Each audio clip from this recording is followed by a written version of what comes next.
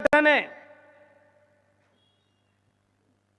Organisation of Islamic countries, OIC।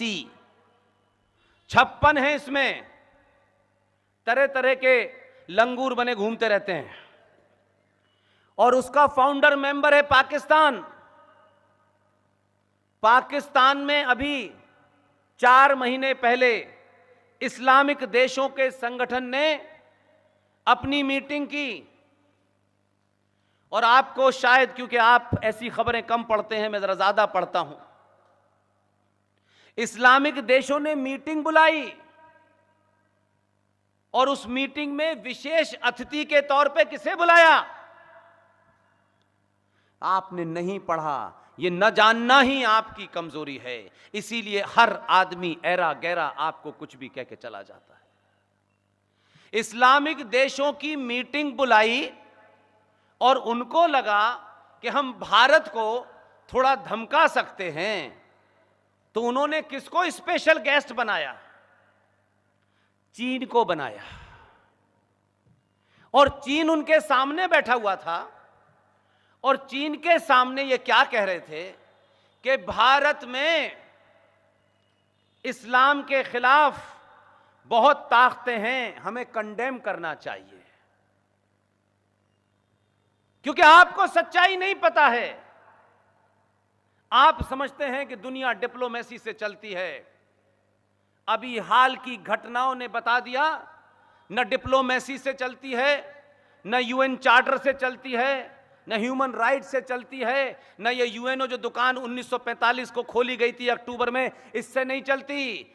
दुनिया में जिसका जूता मजबूत होता है उसी से चलती है। इसलिए यूक्रेन के अंदर क्या हो रहा है, पूरी दुनिया क्या बकवास कर रही है। रशिया को लगा कि उसके बॉर्डर के पास अगर आताताई anti Russian forces, America NATO की फोर्सेस वहां आई, इससे पहले न तो उसने UNO की चिंता की, न UN के बारे में पूछा, न चार्टर के बारे में पूछा, न ह्यूमन राइट के बारे में पूछा, और घर में घुस के यूक्रेन को तोड़ दिया। उसने कहा मुझे अपना राष्ट्र सुरक्षित रखना है, कल कोई समाप्त तो हो जाए। जिस दिन आपके अंदर यह ताकत हो जाएगी तो UN के अंदर की बात छोड़ दीजिए, आप सीखिए। आज आपके सामने कई मिसालें हैं। इस बीमारी से बाहर निकलिए। जो चाइना वहां बैठा हुआ था उसके बारे में नहीं बोले। चाइना में ऑफिशियली, यह आपको ताज्जुब लगेगा, क्योंकि चाइना, वो 56 देश जितने भी मिल जाएं, वो चाइनीज इतना सा है पैर के नीचे मसल देगा इनको। उसे बुला तो लिया कि भारत की बेइज्जती करेंगे इसके सामने, लेकिन ताज्जुब देखिए कि जो मीटिंग हुई उसमें भारत की चिंता जाहिर की गई मुसलमानों के बारे में। लेकिन चाइना में क्या हो रहा है? चाइना में कानूनी तौर पे रूल बना दिया है, आदेश हैं, ये लिखित में आदेश हैं, हमारी तरह नहीं है, कि जिस चटाई पे नमाज पढ़ रहे हो वो चटाई थाने में, पजामा नीचे, दाढ़ी आधी, और अगर मोहम्मद नाम रखा तो ऊपर पहुंचा देंगे। जो लोग इसका वायलेशन करते हैं, पहली बात तो करने की हिम्मत नहीं है, क्योंकि वो सुनते नहीं हैं। उनके यहां ये लोकतंत्र नाम की बीमारी नहीं है, इसलिए उनका राष्ट्रपति 50 साल के लिए है, उसे वोट नहीं लेना। इसलिए हिंदुस्तान की बात छोड़ दीजिए, चाइना के अंदर कंसंट्रेशन कैंप बने हुए हैं जिसमें ये भेड़ बकरियों की तरह बंद रहते हैं। वहां आवाज नहीं निकलती इस्लाम के बारे में, वहां तलवार नहीं लहराते, वो तलवार लेगा और इन्हीं को वापस कर देगा। पूरी दुनिया में इस्लाम के बारे में जो सही इलाज किया है वो चाइना ने किया है। चाइना से नहीं कह रहे कि मुसलमानों के आपने हुकूक की खिलाफ वर्जी की है, उनके ह्यूमन राइट वायलेशन हुए हैं, क्योंकि उनको मालूम है कि चाइना पूछेगा कम मारेगा ज्यादा। इसलिए आप दुनिया की ठोड़ियों में हाथ डाल करके भारत राष्ट्र को नहीं बचा सकते। जिस दिन भारत में सत्ता पे बैठने वाले लोगों को आप जैसे लोग ये भरोसा दे देंगे कि हम 95 करोड़ तुम्हारे साथ पीछे खड़े हैं, फिर तुम्हें किसी का वोट नहीं चाहिए। ये भरोसा दिलाइए।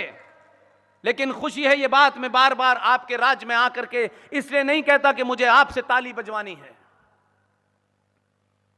आप भले ही मीठा खाना खाते हैं, आप फौज में नहीं जाते, ये मैंने कल पोरबंदर में भी कहा। कुछ लोग मजाक उड़ा सकते हैं आपका, लेकिन इतने राज्यों में एकमात्र आप ही राज्य हैं, बहुत छोटा सा राज्य है, 5.5 करोड़ की आबादी है। हमारे यहां तो इतनी आबादी है कि जितनी पाकिस्तान की आबादी नहीं है उतनी अकेले उत्तर प्रदेश की राजधानी। लेकिन उसके बाद भी हमने इतने सालों में कोई ऐसा नहीं देखा। ज्यादातर आए राष्ट्रवाद के नाम पे भी आए तो चाटुकार आए। कोई इस्लामिक यूनिवर्सिटी बनवा रहा था, एक साहब आए उत्तर प्रदेश से, वो कुछ दिन के लिए रहे, उन्होंने प्रॉफिट मोहम्मद के जन्मदिन की छुट्टी कर दी, जबकि प्रॉफिट मोहम्मद के जन्मदिन की छुट्टी सऊदी अरब में हराम है। लेकिन हमारे यहां वाले नए नए हैं, शेरवानी पहन लेंगे, टोपी लगा लेंगे और हरे रंग का कपड़ा पहन के इफ्तार में जरूर जाएंगे। यह हमारे यहां के लोगों को बीमारी है। इसलिए मैं आपको इसलिए मुबारकबाद देता हूं कि कम से कम आप भारत में एकमात्र ऐसे राज्य हैं कि अगर भूल से आपके बुजुर्गों से कोई गलती हो गई तो कम से कम 70 साल बाद आपने उस गलती को सुधार लिया, प्रायश्चित करा उसका आपने। मैं तो पोरबंदर गया तो मुझे पता ही नहीं था, मुझे पता था कि 3 बंदर यहीं से गए हैं।